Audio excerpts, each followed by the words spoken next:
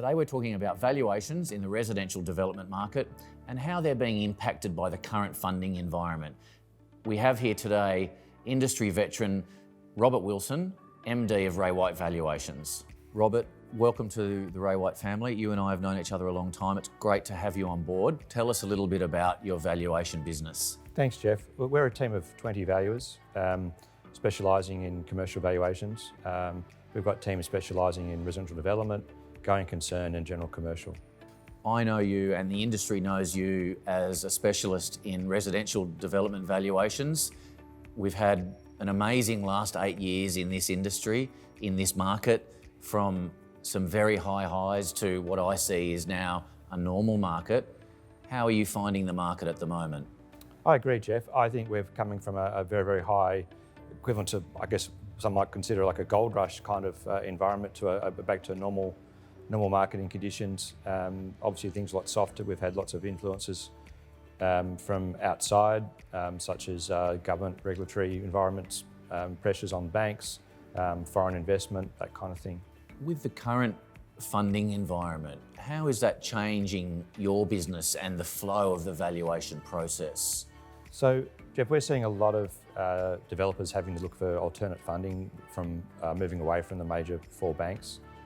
There's a lot of non-bank lenders in the market and they're coming and growing by the day. So I see that funding moving across to more of that environment, and I think it's going to stay. I don't think it's going to go back to the banks anytime soon. Are you finding any particular headwinds out there in the current market that are putting pressure on developers, that are sort of soft spots or tough spots for developers? We're seeing areas that are oversupplied and large format type of product. Things that are well located and in areas that aren't oversupplied, I think are generally doing reasonably well. Yes. Again, in a normalised kind of market. Yes. But there are areas that are oversupplied and are having problems. You were mentioning when we were chatting yesterday, you're doing a lot of build to rent, yes, build to own type valuations. How is that? That's a real trend at the moment. It is a big trend, and it's a trend for developers to try and get equity out of their existing project and be able to roll into their new one. So pre-sales are slowing up, and in some areas, so that's the way they can get their equity out and move on to another project. Yes. And a lot of the banks are coming up with products to fill that void and that need at the moment. Like my business, like any business, it's all about momentum and deal flow. The market has normalised, less transactions. Have you found that the same in the valuation business? So Jeff, our business has predominantly traditionally been 80% main bank work. Yes. That's changing to more of a 50-50 balance at the moment as our clients follow the funding path, and which is predominantly now non-bank lending. So we're doing a lot of more work, probably the same amount of work. So we've got a large base of clients that we deal with constantly. Yes. And they're following the non-bank lenders. So Yes. we're still busy, Yes. but just dealing with different lenders.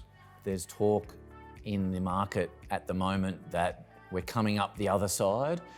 Some are saying we're looking at strong increases in residential values over the next year. What are your thoughts? Look, again, it's location. I think that comes back to where and what it is. But I think there's certainly the market is definitely firming up. I think that we're seeing the supply getting taken out of the market. But there is some oversupply, as we've said already. So I think it's going to be 18 months before that, 2 years maybe before that supply is taken up, and we're back to where we were 4 or 5 years ago with an undersupply and pinch points on planning and construction starts and that kind of thing. Yes, very good point. Talking of supply, there is also a lot of talk on that subject although there's been a lot of talk of oversupply, a lot of that proposed oversupply hasn't happened because the funding hasn't been there, the development hasn't started, the pre-sales haven't been there. So we could be looking at possibly an undersupply again in the next couple of years. I agree. Yeah, I think that there's a big possibility of that happening. I mean, the starts haven't been, this year's been quite slow on starts and approvals. There's been oversupply issues, but I think that'll be absorbed over the coming 18 months, 2 years, and we'll be back to where we were.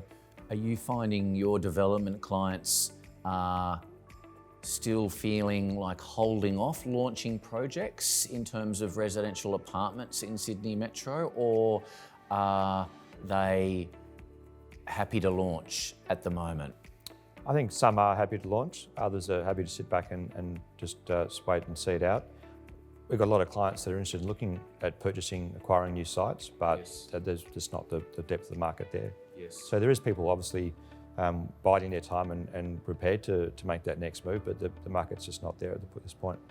In this market that we're seeing, this normalising market, what have you seen with your clients? How are they adapting and what are the changes that they're making to sort of get through this period? Jeff, we're seeing clients building obviously much smaller projects. They're adapting to from the investor market to the owner-occupied market. I think a lot of owner-occupiers don't want to be living in blocks of 600 units. They want a small boutique architectural sort of design, nice fittings, that kind of thing. Yeah, I agree, and we're certainly finding in the market at the moment demand for smaller projects in really proven areas versus, as you say, we went through this massive period of 1,000, 500, 600 units in areas that traditionally you wouldn't have seen would be high density areas. Yeah. What's your competitive advantage in the residential development valuation space? We've got one of the largest development teams specialising in res development in Sydney. We've got a team specialising in built form and also land subdivision. Pete Wilshire and myself have been doing res dev valuations now for near 20 years. I've had about 20 years and Pete's had 15 years in the business. So with that in our team, there's a lot of experience and we've seen a lot of things and a lot of markets come and go.